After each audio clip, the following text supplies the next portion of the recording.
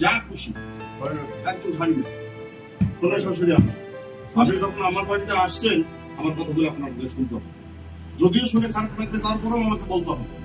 আপনার মেয়ে কত বড় বেয়াদব জানেন? আমি যদি রাতে এক কাপ চা চাই সেটা সকাল হয়ে গেলেও পাই না। আমার সেবাই তো করে না, তাহলে আমার বাবা মার সেবা কখন করবে? এরকম মেয়ের সাথে আমার সংসার করা সম্ভব?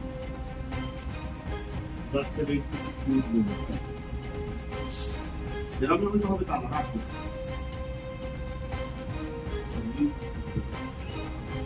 শাশুড়ি মা, আপনি যখন এসেই করছেন তাহলে আমার বলতেই হবে। শুনি আপনার খারাপ লাগবে, তারপর আমি বলতেছি আপনার বেয়াদব নেই, আপনার বেয়াদব নেই। আপনার মেয়ে কত বড় বেয়াদব? আমি যদি রাতে এক কাপ চা চাই, সকাল হয়ে গেলেও আমি একটা চা পাই না। সকাল হয়ে গেলেও আমি সেই চা পাই না। সকাল হয়ে গেলে আমি সেই চা পাই না। সেটা আমার যত্ন নিতে পারবো, আমার সব যত্ন নিতে পারবো। সে তো আমার যত্নই নিতে পারে না। আমার কিভাবে যত্ন নিব? সকাল হয়ে গেলেও আমি চা পাই না। তখন শাশুড়ি কেন বিয়ে চাইবে আপনার মাথায় কি একটু ধরতে পারি যে সকাল হয়ে গেল তারপর আমি সেই চাটা পাই না। তখন শাশুড়ি করেছে বিয়ে সাহেব আপনার মাথায় কি কারো চাগুলো আছে? অবশ্যই আছে। কাজের লোক তো 24 ঘন্টা আমার বাড়িতে থাকবে।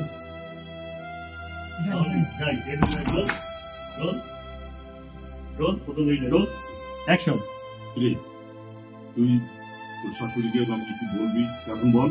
হ্যাঁ বাবা, আমার বলতেই হবে। শুনেন শাশুড়ি মা, আপনি যেহেতু এসেই পড়ছেন আমাকে বলতেই হবে।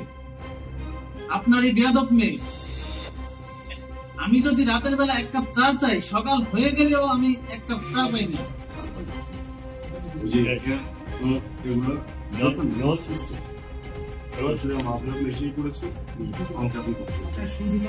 আমি জানি আমার কথাগুলো শুনতে আপনার খারাপ লাগবে, কিছু করার নাই, তারপরেও আমাকে বলতে হবে আপনি বিয়ে কত বড় বেয়াদব।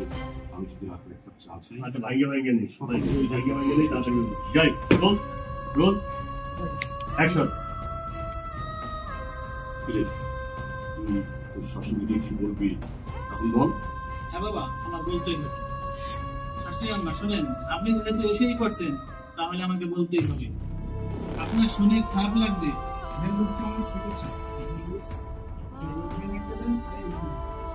সুপার কর্নার একটা দিন যান, শেয়ার দিয়ে যান। শোনেন শাশুড়ি আম্মা, আপনার মেয়ে কত